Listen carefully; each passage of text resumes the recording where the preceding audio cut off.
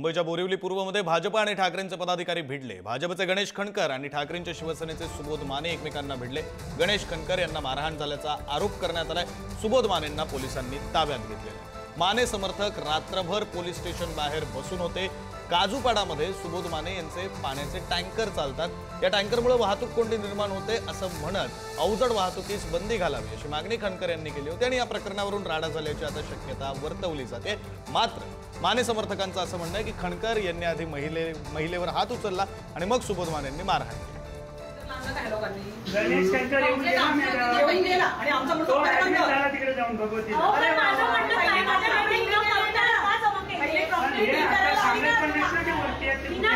गणेश खणकरने हिच्यावर हात केली आहे। मला हे म्हणायचंय, आज जर स्वतःची जागा आहे त्याला वाचवण्यासाठी जर समोरचा माणूस सत्तेत आहे ना, मला हे पटतच नाही। त्याला क्रिमिनल म्हणून का बंद केली आहे? बंद केली, पाहिलं बंद केलं, वरती ठेवलंय ना त्याला।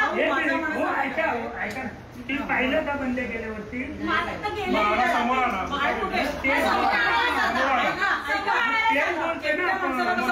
क्रॉस केस व्हायला पाहिजे। याला काय बोलायचं आहे, सुट्टी ऑफिसरांशी बोलूया। सुट्टी ऑफिसर महिलावरती हात टाकणारा आहे।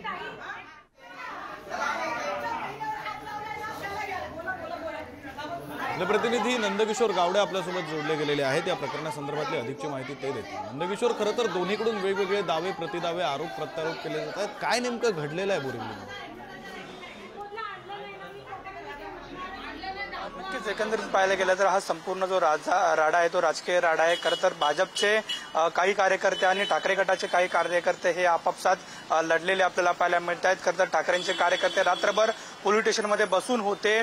वेगवेगळे जे आरोप प्रत्यारोप ते सध्या सुरू असलेले आपल्याला पाहायला मिळते। प्रभाग 11 मध्ये खरं तर हा संपूर्ण प्रकार आहे तो घडलेला आपल्याला पाहायला मिळतात। काजूरपाडामध्ये सुबोध माने यांचे खरं तर टँकर जे आहेत पाण्याचे ते चालत असलेले आपल्याला पाहायला मिळतात आणि याच टँकरला कुठेतरी विरोध जे आहे ते भाजपकडून केले जात आहेत। खणकर यांनी अनेक वेळा या संदर्भात जे पत्र आहेत ती वेळोवेळी पोलीस स्टेशन असू दे किंवा संबंधित विभागामध्ये दिलेले आपल्याला पाहायला मिळतात। याच टँकरमध्ये काही प्रमाणात जी वाहतूक कोंडी आहे ती होत असते आणि याच प्रकरणात सुद्धा याचा काही लिंक आहे अशा पद्धतीची जी चर्चा आहे ती सध्या सुरू असलेली आपल्याला पाहायला मिळते। तर दुसऱ्या बाजूला याच प्रभाग 11 मध्ये काही मतदार याद्यामध्ये घोळ असल्याचा सुद्धा जो व्हिडिओ आहे तो बनवण्यात आल्याच्या कारणाने सुद्धा हा संपूर्ण जो राडा आहे तो सध्या झाल्याची चर्चा ठाकरे गटामध्ये सुरू असलेली आपल्याला पाहायला मिळते।